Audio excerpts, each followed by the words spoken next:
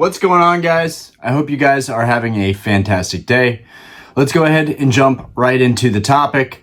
So what we're going to talk about today is vintage booster boxes ceasing to exist. In other words, all the vintage boxes being open. What if this happened? What would it be like? Where is the hobby going in terms of vintage, which is my favorite thing? This is kind of a topic that is kind of saddening to talk about. I think it's bittersweet for a lot of people, especially people that grew up in the 90s, that grew up with these vintage booster boxes being around. Even though I did grow up with them being around, I think that you had to have a local game shop that you were going to find this kind of stuff, even when it was around, because I really never remember going into Walmart or Target with my parents and seeing stuff like Base Set or Fossil or Neo Genesis. It's just not stuff that I remember as a kid. But now as an adult, it's pretty cool to have a lot of these boxes, even though my copies are open copies and not sealed boxes. But that's why we're talking about this topic today, because I would like to one day own a lot of these sealed boxes. And it seems like more and more that is a goal that's just further and further away. And so I kind of want it to be an open question as well as a discussion. I've gotten a lot of comments, DMs, text messages from you guys regarding different topics that we've talked about, and that was a lot of fun, especially regarding to whatnot in the box breaking, but that applies to vintage as well. And I said that I would touch up on that topic in another video, and so here we are. Also, I want to say thank you guys for watching my other vlog style videos. I know they don't really align with my Pokemon content, but it is some soul searching. It is some reflecting. It is me trying to be more aware and more present in my life and think about what I can do better, what I can do differently, what I've learned, and share that with you guys. As well as kind of opening up my creative process on YouTube. And hopefully from doing those videos, I also learned something better about doing these videos. Because ultimately, I don't know anything about vlogging or talking about my life. That's something that I'm not even that comfortable doing. Sometimes I let in personal snippets on this channel, but really, I try and keep everything centered around Pokemon because it's much easier to talk about something that I know about than talk about something that is unknown, like the rest of my life, like the day-to-day stuff. Or even just feels mundane, like my life isn't worth talking about, but I think it is. So I'm going to continue with that stuff. Thank you guys if you have supported those videos. If not, I'm sorry if it's annoying for me to make different kinds of videos, but that is something I'm going to continue to try doing on this channel. But okay, back to the topic. Also, before we get into this topic, I do want to say I just got my Best Buy 151 stuff in. Let's go ahead, crack this open. So this finally arrived. I'm guessing my 151 got thrown into a box with no packaging. That's just what I'm assuming that they ended up doing. It seems like something Best Buy would do. And that's exactly what happened. Just like Pokemon Center. But we did get all three of these bad boys. We did get our 151 booster bundles. So they're here. We have them. We will be doing a stream later tonight. I am now working Wednesdays as well. So I did let you guys know that I was not going to give up on doing the live streams every Wednesday. But now I will have to work on Wednesdays and cover that shift as well as do the live stream. So our live stream is probably going to start at around 10:30 tonight, Eastern Standard Time. I'm probably going to open 2 or 3 of these. I would like to keep one and start putting it in this other empty booster bundle display that I have. So I'm going to go ahead and do that right now. I have one display sealed. This is the other sealed display that I have. So I guess I'm going to start accumulating little booster bundles because I am way behind on my goals for collecting modern sealed 151. This is the product to buy in my opinion. It beats everything else hands down. Also later tonight we will open the last box of Paldean Fates. So we're going to open some bundles, we're going to open some Paldean Fates, and we're also going to open a Heavy Hitters box. So that'll be fun to get into all that stuff later tonight. Okay, back to the topic. Thank you guys for staying with me. So, vintage booster boxes, right? at what point, right? How many of you think in the next 10, 15 years that there's still going to be boxes around? I've asked a lot of people about this because before I dived into this topic, I wanted to get an idea of what everybody else thought in my social groups, in my social spheres, whatever you want to call it, in the gang. Anyways, that was terrible. No. Anyways, I asked a lot of people what they think, and the mass majority of people think that it's a good thing. I think that this product is being opened up, and I disagree with that, and I'll go into that why. I'll go, why I feel that way into that. And then a lot of people said that they think that there will still be plenty of boxes and product around in the next 10 to 15 years. They're like, Orion, do you understand how much of this stuff they printed? And I do, I really do, but right now, more than ever, there are box breaks, more box breaks than there have ever been. It's becoming very popular, especially on platforms like Whatnot. On top of that, we have people streaming and just opening up boxes for fun. We have people like myself that want to collect these boxes, but also open packs of these boxes. Like we're going to open some vintage base set unlimited. It is one of those wow factors, right? When you open a set that's old like that on your channel, people are like amazed by that. They're like, wow, this stuff still getting open 20 years down the road. In my opinion, vintage is the most exciting thing that you can see get opened on a channel, right? Diamond and pearl, black and white, X, Y, sun and moon, none of it, and sun and moon's pretty good. I'll give it to sun and moon. Some of those sets are pretty good, especially Team Up, which we all know by now that Team Up is probably, it is undoubtedly the best set of Sun and Moon, especially value-wise. Maybe some people disagree with that, but it's kind of like the Evolving Skies of Sword and Shield. Now, it's crazy because people could be opening a lot of that product, and I think eventually they're going to have to, right? My theory is that in the next 10 years, vintage boxes are going to become very, very scarce, and the price is going to absolutely skyrocket. Now, this is pure speculation, right? I don't know what's going to happen. I could be wrong on that. I think there's a lot of people that think the price is at an all-time peak right now, but I think it's just getting started. And the thing is, there's not even really that much value in a lot of these boxes, right? We can go over the values from different sets, even first edition boxes. Why is a jungle box, an unlimited jungle box, $5,000 to $7,000? And that price has probably gone up from when I last checked. But I have a rough idea of what the box prices are because I've looked and been interested in buying these sealed boxes to collect for my collection.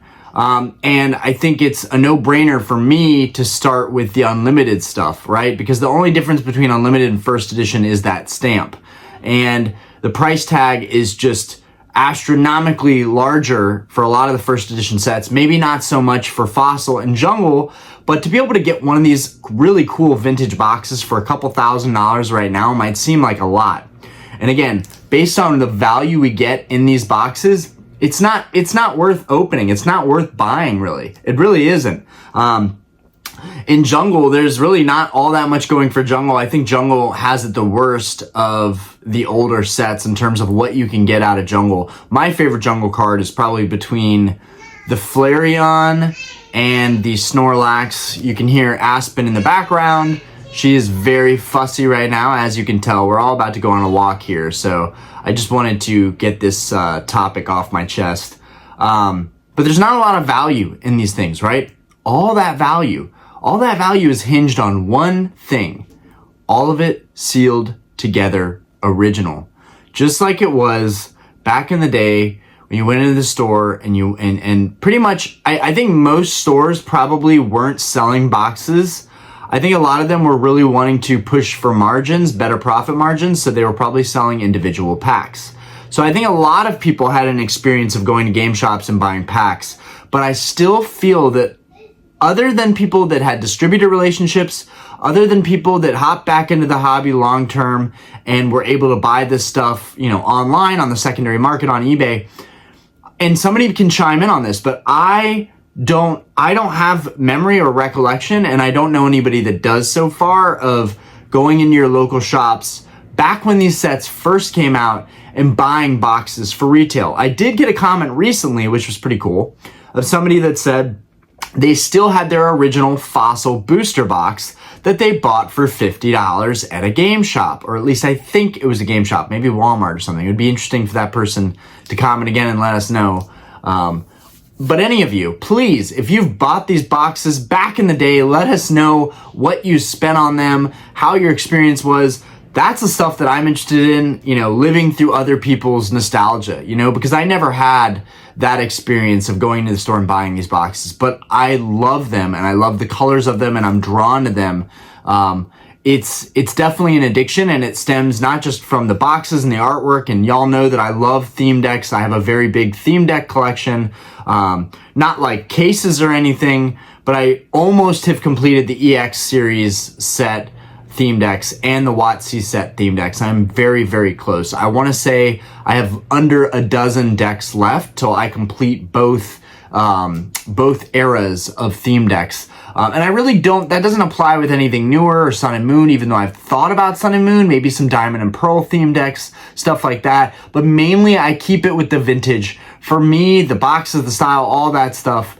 And again, with decks, there's not really any value in the theme decks. The value is really in the boxes and the artwork, whether they're sealed or not, whether they've been, untampered, untouched, untorn. All these things are really important. And so, in my opinion, even though there's not a lot of value with these boxes, I think a lot of people think they've peaked.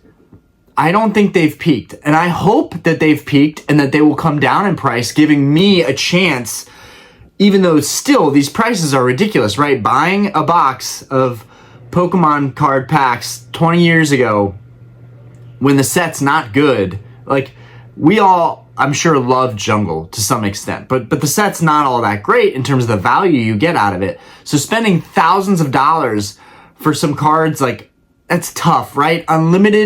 Graded unlimited cards, even if you hit a 10, which a 10 would definitely be a premium, but even if you hit a 10, the odds that you're going to get the cards you want and get a return on that, and then you have to get it graded, which isn't even something that I really, really want to do. It would just be fun to open those packs up. I know I've only opened one pack so far and gotten a holo. I believe I've only opened one so far and gotten a holo, and that was a Jungle pack, and we got a mint condition pincer. That was pretty cool to experience that. Maybe that would have hit a 10, maybe it would have had a premium. I didn't care. I just wanted the experience of opening it again.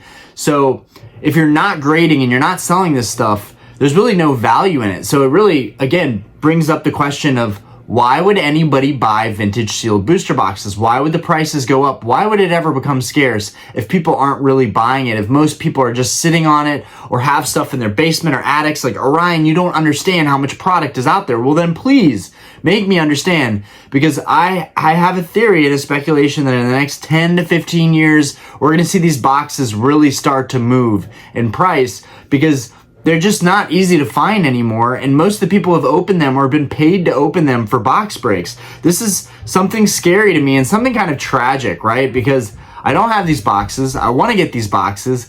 More and more of these boxes are getting opened up, and there's less and less of them. And I think that that's going to become more exponential. I think that it's just going to get harder and harder, and prices are going to go up more and more.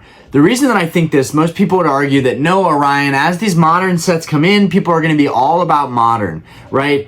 The kids of today, the generations of today, they want Sword and Shield. They're going to want Scarlet and Violet down the road. The 151 will probably triumph, is a way more popular set than any of these OG old, boomer WotC sets. But I still feel like eventually they're going to do their homework. They're going to look at all the numbers. They're going to look at the pop reports just like we have. And even with vintage being printed to the moon in some cases, they're still going to come back to these sets that are fundamentally just destined to go up in value. They're destined to gain in value. And, when we see influencers, or we see, hype beasts, or people that are, maybe some of us feel are in the hobby for the wrong reason. We see these people buying tons of booster boxes and then sitting on them. And nothing against that. If you want the boxes, you want the boxes. If you want to sit on them and you agree with me that they're going to go up in value, that's a great plan. But I think a lot of people buy into this stuff and then realize that oh crap, this isn't something that I really want to collect. This isn't something I want to sit on forever. Let's do box breaks. And that is a great way to recoup your cost. That's a great way to get these packs out in the community. I know a friend of mine texted me yesterday and said that, him and his wife had concluded that it was a good thing for these box breaks because it gets all that product out there and available and all these cards out there to the community. And that's good because it also brings the market down a little bit. It allows people to not stress or, jump into FOMO behavior like typically they would in the last couple of years. Where stuff could come down because so many of these boxes have yet to be broken still, and that means there's more cards yet to come onto the market. This is something that really worries and concerns me too, is a collector of high-end cards.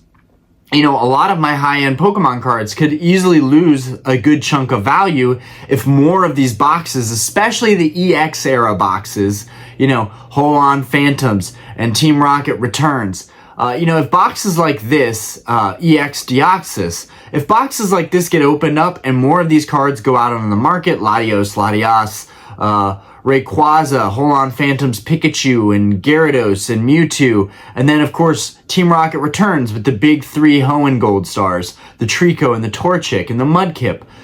These are amazing cards to me that I've worked very hard to be able to afford and add to my collection, and so it is a concern for me thinking about all these boxes getting broken because people don't really want to collect them or sit on them, and then there's more stuff going out in the market and that hurts the value. That is a concern that I have. Maybe the demand for these cards will still outweigh them coming onto the market more. I keep seeing every now and then I see a Grail card go for a record low. Every now and again, I see a Grail card going for a record high. So it goes both ways right now. I'm not seeing the markets dip fully as much as I thought they would. I feel personally like the market is simmering down a little bit, but still, people are buying these high-end cards. And so, I worry that with all the product being open and, what would happen if product was completely scarce? What would happen to booster boxes? I would expect them to skyrocket in value. But more so, the average collector can barely even afford, to buy and sit on a collectible like, again, I'm going to reference a Jungle Booster box. Or let's say a Neo Genesis Unlimited box for like $7,000 to $10,000. I'm sure they sell for somewhere in that range. I know the first edition boxes sell for a good bit more, maybe 30% more. These are rough numbers, guys. I haven't looked, today at what the booster box price is, what they're selling for. I just know what they were selling for a year ago, or a couple months ago. But for the average person, even buying, Aspen is calling for me. She is like, you need to end your video, okay, Daddy? We are going to the park today. No one cares about booster boxes ceasing to exist except you.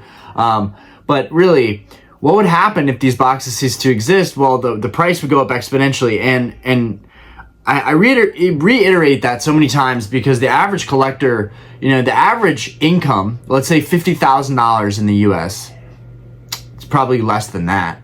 But let's say it's $50,000. If a box is $5,000, that's 10% of your annual income, right? And that income isn't taxed yet. So we take tax out of that. Let's say it's 40 grand, and you're wanting to buy a $5,000 box. That's like 15% of your entire income. You want to buy a box for $10,000, and that makes up 25% of the average person's income, which I would lump the average person and the average income level, the average salary level, I would lump that into the average collector as well. And I would say that no one even now is going to be able to spend thousands of dollars.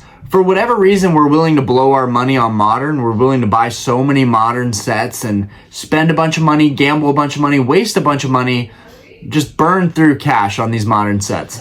But people are really hesitant. I don't see a lot of people talking about buying these boxes. They are very expensive. But in my opinion, the sealed vintage boxes are the coolest thing in the hobby. They're the most pinnacle peak collectible you can have. Yes, I'm going to collect first edition base set and I want PSA 9, which is mint. It's borderline gem mint. That's an amazing thing. When I get a Charizard first edition PSA 9 someday in the future, that will be something to really celebrate. That will be a glorious day. But more importantly, base set first edition boxes will always be more valuable than any of those cards, in my opinion, right? Will always trump the cost of a first edition Charizard PSA 10, in my humble opinion, right? I know that you can get a 9 right out of the box, but I would say that the boxes are the most valuable thing in this hobby and really are artifacts. You know, at this point, you know, they're antiquities. Like vintage booster boxes, it's a travesty to see these things getting open and broken down, and that's going to make the price go up, which will be a tragedy for average collectors. It'll be a tragedy for people like myself who have the means but are still on the fence, and while we're on the fence, these box prices are going up. So it's just going to get, it's really sad, and it's going to get really difficult to get our hands on these boxes in the future. One good thing about it is that I do think that a lot of Grail cards will be flooding into the market. As more and more of these boxes get broken, these cards should be flooding onto the market. I think a lot of people that buy into box breaks, I think a lot of them are gambling. I think Pokemon is gambling in its essence in a lot of ways too, when it comes to collecting and opening packs. I think we all know that. But you know, I think in essence, a lot of people that are buying in the box breaks, they're gambling and they know what they're doing. They know they're gambling their money away, and I think they're really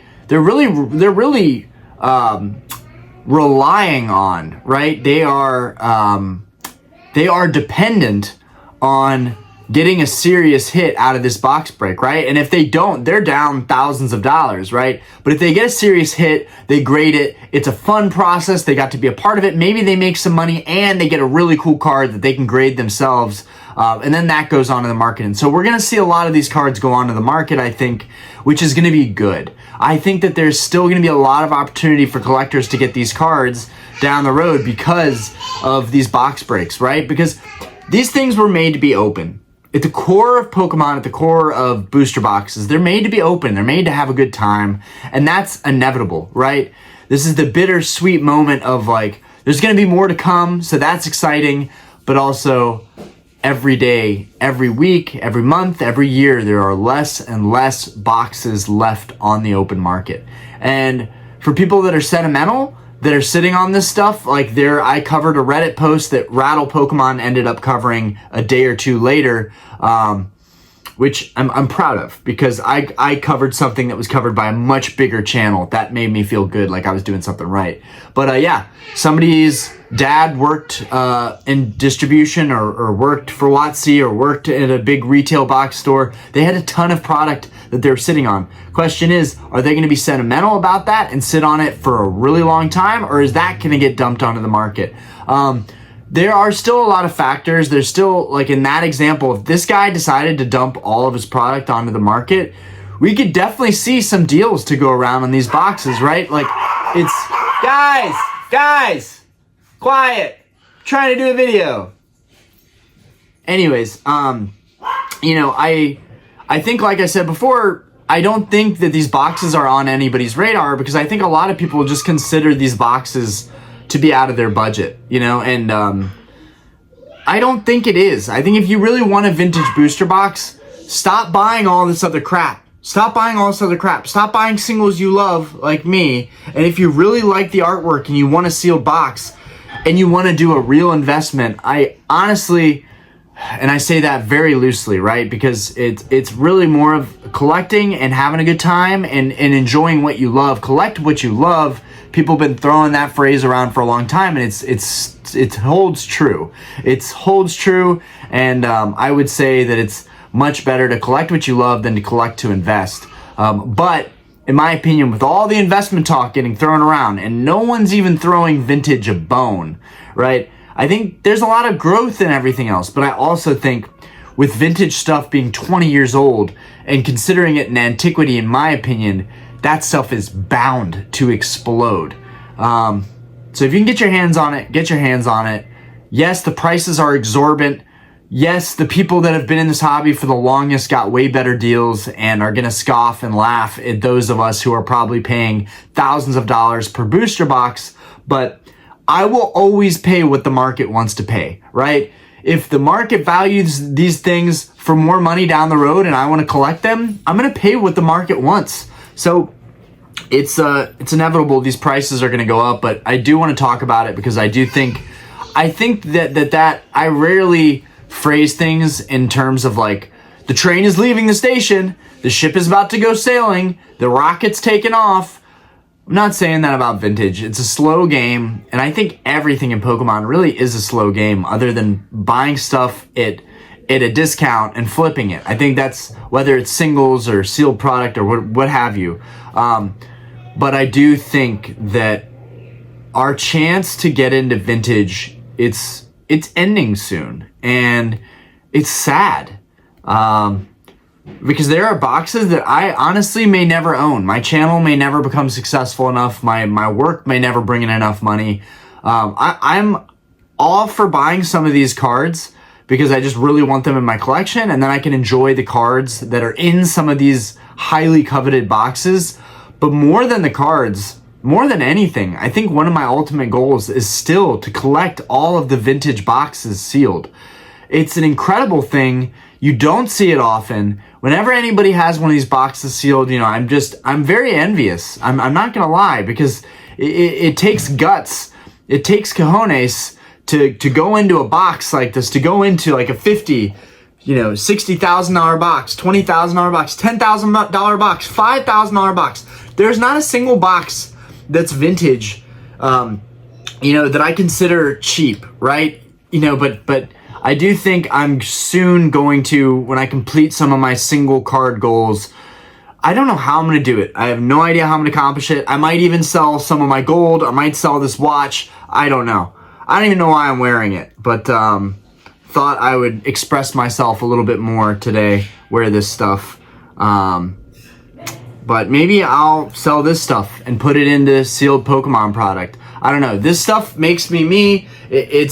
I feel like it's part of my style. It's what makes me unique, and there's no one else like that, but I know there's people wear jewelry, so it's not like I'm fully being unique, but it's that thing that makes me kind of different.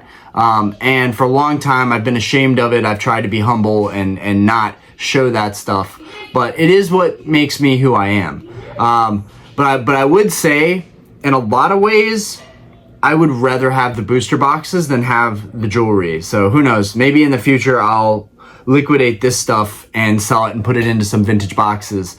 But ultimately, I want to enjoy all the things that I've accumulated in my life. I want to enjoy the cars and the jewelry and the cards and buy vintage sealed boxes. I just haven't quite figured out how I'm going to fund it, how I'm going to figure it out. But I am going to figure it out. Mark my words, guys. At some point on this channel, you are going to see mail days where we unbox vintage boxes. The other problem with that is, authenticating this stuff. And as the years go on, people are going to make really good fakes. I think somebody termed it as deep fake the other day, but it's going to get hard out here, guys. I think now is one of the last times also to buy this stuff and be less stressed out about it being fake. It's been 20 years, sure, but this product is still everywhere out there. You can still find it. I just worry in the coming years, in the decade, 2 decades, not only are you not going to be able to find this stuff, but there's going to be fakes everywhere that are very, very convincing, very good, very high quality, and that's going to make it even harder to discern, like, is this vintage box legit? Or is this the legit box that's fake? Like, that's going to get really, really hard, and we're already seeing that. I think your best bet as far as that goes is buying from somebody reputable, buying from these big retailers that probably overcharge in a lot of cases, but that is the name of the game on the secondary market. Dave and Adams, Descartes World. Dave and Adams has some great stuff. I actually wanted to buy a case of theme decks from them, but they wanted too much in my opinion. And I get it. The case of decks is sealed. It's, it hasn't been taken out, but the decks themselves are worth less than what they've listed it for, but it's a sealed product. So, buying from retailers like that, buying from somebody like TCA Gaming, I would probably buy a booster box off of TCA Gaming if he had them listed or go up for auction, because I trust him. He's been in the game. He's been authenticating this stuff for a long time. So just trust the sources that these that these boxes or cards are coming from. Z&G Emporium and Pro Epstein, I don't know if they really authenticate stuff, but I can imagine that they will have some auctions with some booster boxes as well, if not already. So these boxes are out there. I think now is a time to consider maybe picking up some of these vintage boxes. And I'm interested to hear what you guys think about, and what you guys are theorizing with like all these boxes out there in the world, and how many of them are probably left out there. Are there, 1,000 Skyridge boxes, 1,000 Aquapus boxes, or is it more like 10,000 and people are just holding out on their value, right? Like, I'm not an expert. I don't know everything about this hobby. It's just based on, the limited amount of listings and how rare it is to see this stuff. I saw an Aquapus box at a Collecticon here in Charlotte, and it was listed for $30,000. Now, what I like about that is I can buy it and take it home in person. What I don't like about that is that anybody and their mother can just bring in a box to Collecticon, and it can be an extremely good fake of one of those sets, and they can sell it to someone for a couple grand, and then that person just gets completely ripped off. And that's not to say that I don't think these boxes are out there where you can buy them off somebody in a yard sale, or somebody that knows you collect Pokemon that's like, hey, I have a bunch of these sealed boxes in my attic. My cousin worked for Wizards of the Coast. Would you be interested in them? I can cut you a really good deal on them. Like, that's not to say that those deals aren't out there, because those deals are out there, and I hope I can draw them in to me. I hope, like, universe, I am asking you to send me the vintage boxes. Like, I want to draw that stuff in. You attract what you put out. And right now I am literally putting out the fact that I really want to get these vintage boxes at some point in the near term. I don't want to overspend. I don't want to just buy them to say that I have them. I want there to be a story. I want there, maybe a road trip or something like that for a good deal, for somebody that wants to pass on their collectible, not for me to break, not for me to open up, not for me to resell, but something that I can hold on and be proud of, and maybe even redo the channel background with vintage boxes that are sealed. That really was my goal in the very beginning, was to start this display but end it with the real deal and start buying the vintage boxes and fill them in. This was really supposed to be a temporary display, but it ended up being such a cool display, and it's just been there ever since now. But yeah, I'm very curious, like, what you guys think about all this, or like, you can be straight up with me. Orion, I think that there's tons of these out there. I don't think the price on vintage is going to move much in the next 10 to 20 years. And here's why, ... Right? Like, let me know what you guys think about this. I love getting the comments. I love the text I got. I love the DMs. Like, I love engaging with you guys. That's probably one of the more enjoyable parts of doing all this, and letting me know that I'm doing something right by making content that spurs conversations and engages people, and something that you can listen to on your drive home, out on a walk, going to the gym. I'm learning more and more that people are casually watching my content, and that's totally fine with me. Watch it while you're sitting on the toilet. I don't care. But just try to engage it if you can. It helps the algorithm.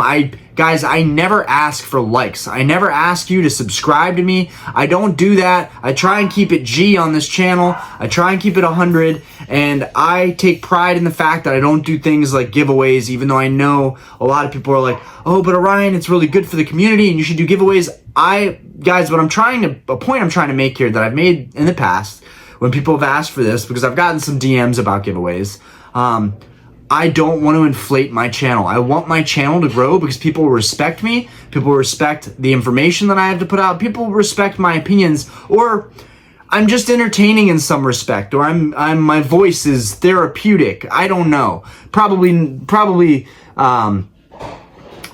just a goofball and you guys like hearing me goof and ramble. But these rants are good for me. They help me get some stuff off my chest that I've been thinking about. But also sometimes I'm like, is this topic good?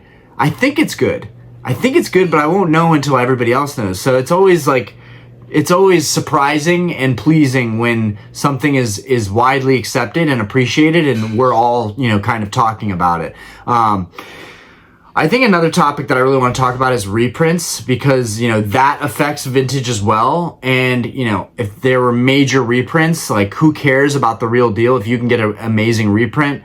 Like, And the real deal is the real deal, right? Nothing ever changes that. But Yu-Gi-Oh is a great example. Yu-Gi-Oh did the 21st anniversary booster boxes, and they are spitting images of the original booster boxes that we had as kids. You know, Legend of Blue Eyes, Metal Raiders, Magic Ruler, Pharaoh's Servant, sets like that. They redid all those sets, and it's the exact same box with the 25th anniversary kind of stamp on the box.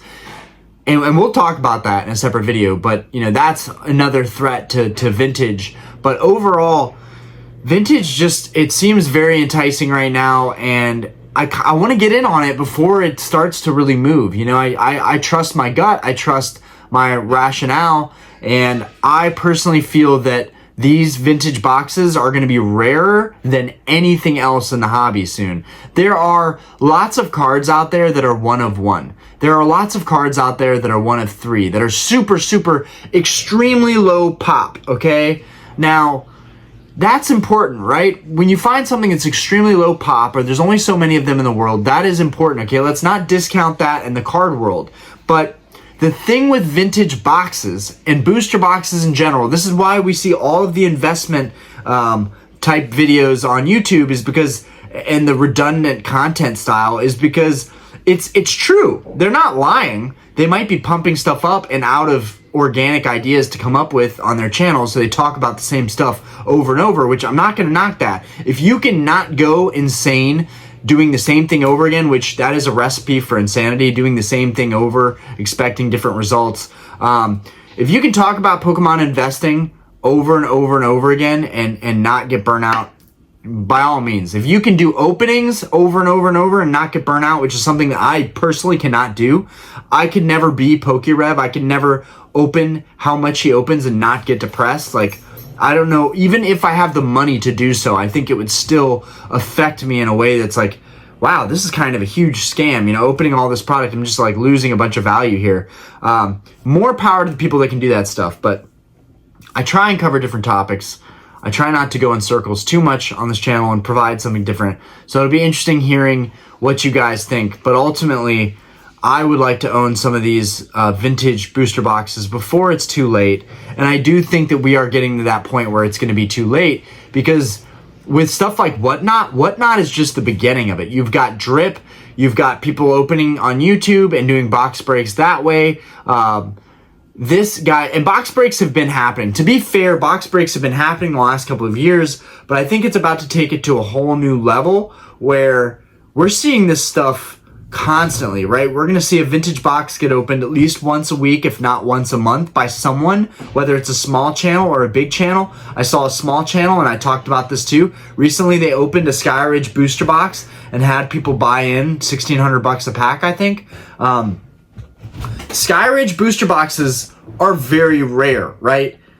They're very rare. You might know people with them. You might know a dozen of people with them. You might even know 100 people with them. That's still not a lot.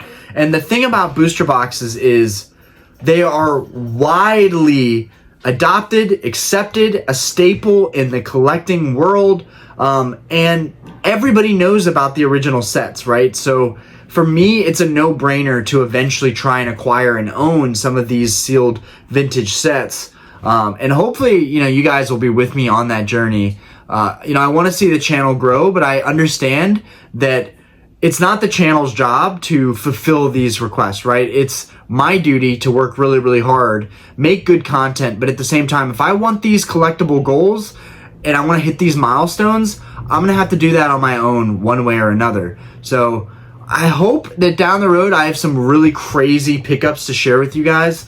I haven't quite worked out how I'm going to acquire these things, maybe at conventions, maybe people reaching out, maybe the channel just hasn't gotten big enough to a point where people are reaching out to me for me to buy this stuff. I'm not saying that right now I have checks ready to write for these products, but it is something that I am preparing to do. I have my other collection goals. I haven't finished the gold stars. I haven't finished the crystals. I haven't finished first edition base set. I've got a lot on my plate that I still want to accomplish, both with the card world and with my life. But anyways, I'm rambling. Let me know what you guys think about vintage kind of ceasing to exist one day. Is this something that is saddening to you? Is this something that is exciting to you because of all the cards that should come onto the market when that happens? And do you even think that it's possible that all of the vintage stuff could dry up at some point? I mean, yes, people will be sitting on their collections. Some people might not sell it until it's completely gone, but inevitably this is one thing that makes Pokemon such a safe space to invest in and to open and put your money into, because at the end of the day, we're all opening product, so we're all helping the modern product especially go up in value. Every time that a dodo brain like myself opens a bunch of Evolving Skies, that box becomes less and less available, right? Those packs become less available. And I'm not saying it's just me, but all of us are opening all these modern products. And even for the sets that aren't that popular, someday people are going to come back and want to open those sets. And so we're constantly depleting supply in this hobby. And I think that's one of the, I got to stop messing with that. I think that's one of the things that makes this hobby so enticing is unlike the stock market where they can manipulate and issue more shares. Yes, they could do a short-term reprint in Pokemon, but for the most part, product is always going to dwindle.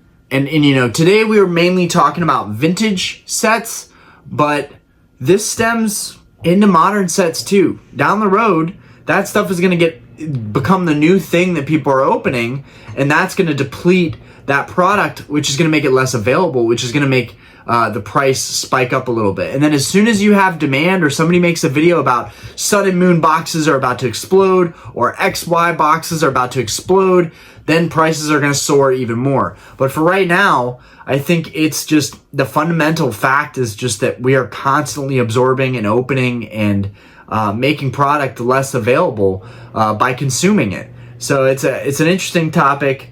Anyways, I'm going to shut it off on that. Thank you guys for watching my videos, and I will see you guys for the live stream tonight. This video may not even upload on time, but hopefully we can get it uploaded on time. I'll see you guys at the live stream tonight. Let's get it! All right, that was cringy. Peace!